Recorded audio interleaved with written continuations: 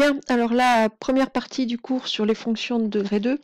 Alors, quand on parle de fonctions d'un certain degré, alors on pourrait préciser d'ailleurs fonction polynôme de degré 2 si on voulait être très précis. Quand on parle degré 2, c'est le nombre qu'on va mettre là, la plus haute puissance qu'on va avoir dans notre expression. C'est-à-dire que ici, une fonction de degré 2, c'est une fonction qui va contenir des termes en x carré, des termes en x, des nombres. Une fonction de degré 3, on les verra un petit peu plus tard dans l'année, ça va être une fonction avec un terme en x puissance 3, un terme en x puissance 2, un terme en x, un nombre. La semaine dernière, on a vu les fonctions affines qu'on appelle fonctions de degré 1, puisque, alors on a dit c'est la forme mx plus p, mais c'est un terme en x, un nombre. Donc degré 2, un terme en x carré, un terme en x, un nombre. Degré 3, ce sera un terme en x cube, un terme en x carré, un x, un terme en x, un nombre, etc. On pourrait avoir des fonctions de degré 4, degré 5. Donc à chaque fois, quand on donne le degré, c'est le nombre de la plus grande puissance. Donc une fonction polynôme du degré 2 ou de second degré, donc c'est une fonction f qui est définie sur R. Alors définie sur R, ça veut dire que tous les nombres ont une image. Et la formule, c'est f de x égale a fois x carré plus b fois x plus c, où a, b et c sont trois nombres. Donc pour vous, ce sera des nombres la plupart du temps. Et il faut absolument que a soit différent de 0. Pourquoi? Si a vaut 0, votre terme en ax carré va disparaître et on va se retrouver avec juste bx plus c, c'est-à-dire une fonction de degré 1 ou encore une fonction affine. Alors quelquefois pour une fonction de degré 2, on parle de trinôme du second degré ou juste de trinôme d'ailleurs. Alors pourquoi trinôme? Alors, le terme générique c'est polynôme. Poly, c'est quand il y en a plusieurs. Il y a plusieurs qu'on appelle des monômes, des termes en x carré, en x puissance 5, en x puissance pour un polynôme de degré 5 par exemple. Pourquoi on parle de trinôme? Parce qu'il y en a trois. Celui de degré 2, le terme en x, le nombre.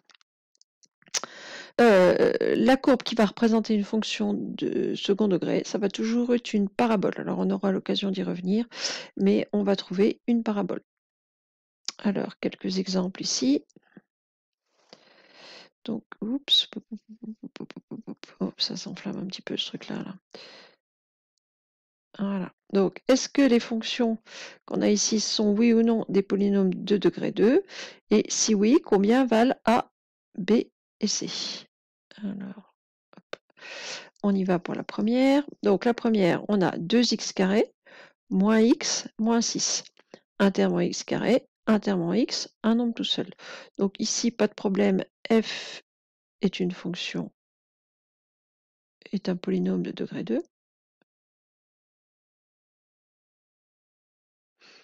Polynôme du second degré ou du degré 2. Je vais écrire second degré, ça va changer. Alors, combien valent A, B et C? Alors, on va avoir, donc A, par définition, c'est le terme qui est devant x carré. Le nombre qui est devant x carré. Donc, devant x carré ici, on a un 2. B, c'est le nombre qui est devant x. Alors, certains diront, il n'y a rien. Il n'y a rien. Si vraiment il n'y avait rien, le nombre qui conviendrait, ce serait 0. Mais dans ce cas-là, le terme en x, il aurait disparu. 0x, on ne l'écrit pas. Donc ici, il y a quelque chose. Donc il y a un nombre qui est caché. C'est comme quand on écrit x plus 3 ou pour les fonctions affines. Devant x, le nombre qui est caché, toujours, c'est un 1. Donc ici, b, il vaut moins 1. Alors attention, il y a bien un moins. B égale moins 1. Et c, pas de difficulté, il vaut moins 6. La deuxième, alors, on a 3x carré plus 3.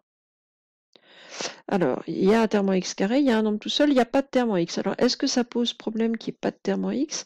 Second degré, on a dit, il faut absolument qu'il y ait au moins du x carré. C'est-à-dire que ce qu'on a dit, c'est que les nombres, ce qui est écrit dans le cours d'ailleurs, on va y revenir, voilà. Donc, on doit avoir du ax carré plus bx. Je peux remonter encore un petit peu. Ax carré plus bx plus c, donc a, b, c doivent être trois nombres, et le seul qu'il faut absolument qu'on ait, qui n'a pas le droit de valoir 0, c'est le nombre devant x carré. S'il n'y a pas de x, ça veut juste dire que b vaut 0. Ça pose pas de problème. Mais pour que ce soit du second degré, il faut au moins qu'il y ait du x carré. Donc devant a, devant x carré, ça peut pas valoir 0. Par contre, les autres, s'ils valent 0, c'est pas un problème. Quand on dit second degré, il faut qu'il y ait du x carré. S'il n'y a pas de x, ben, il n'y en a pas, c'est pas grave. Alors, est-ce que je vais y arriver? Donc ici, oui, il n'y a pas de problème. Alors, j'ai perdu mon crayon. Ici, voilà. Donc f est bien un polynôme du second degré, hein, donc pas de problème. Là encore, on a un polynôme du second degré. Alors, a vaut 3, là, il n'y a pas de difficulté.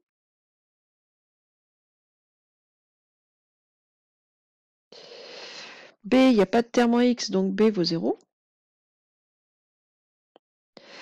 Et c vaut 3.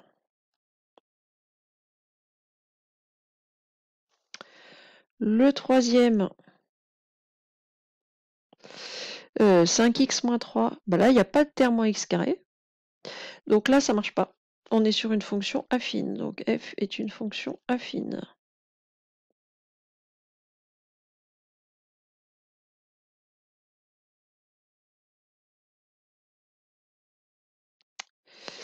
Le quatrième, 5x4 moins x cube plus 6x moins 8. La plus grande puissance, c'est x puissance 4. Donc ça, c'est pas un polynôme de degré 2, c'est un polynôme de degré 4. Donc ça, f est un polynôme de degré 4.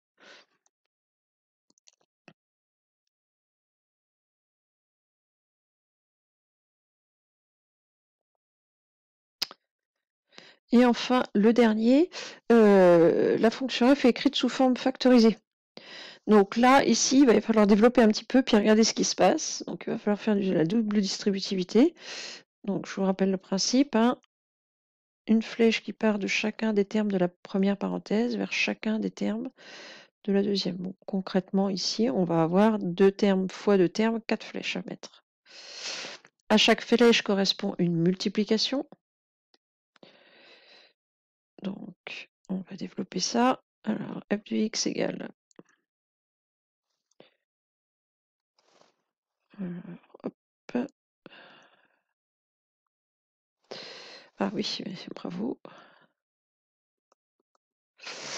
Donc, la première flèche rouge, on a x multiplié par moins x. Donc, un nombre positif multiplié par un négatif, on va avoir moins x par x, x carré. Cette flèche est faite. Ensuite, x fois plus 1. Du positif multiplié par du positif, le produit va être positif. 1 fois x, alors vous pouvez écrire 1x ou x, c'est pareil. Hein. Bon, je vais mettre le 1, ce sera plus facile pour les calculs. Ensuite, donc cette flèche-là, c'est fait. Les flèches vertes, moins 4 fois moins x, j'ai du moins multiplié par du moins, donc le produit va être positif. 4 fois x, 4x.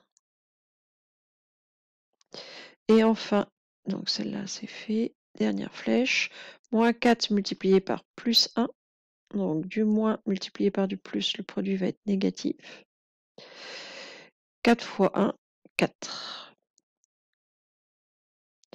Il reste à réduire. Donc, moins x carré, le terme moins x carré, il n'y en a qu'un dans l'expression. On a du x à 2 endroits, on a plus 1x plus 4x, donc en tout on a plus 5x. Moins 4. Donc, f, j'ai du x carré, j'ai des x, des nombres, pas de problème. F est bien un polynôme de degré 2.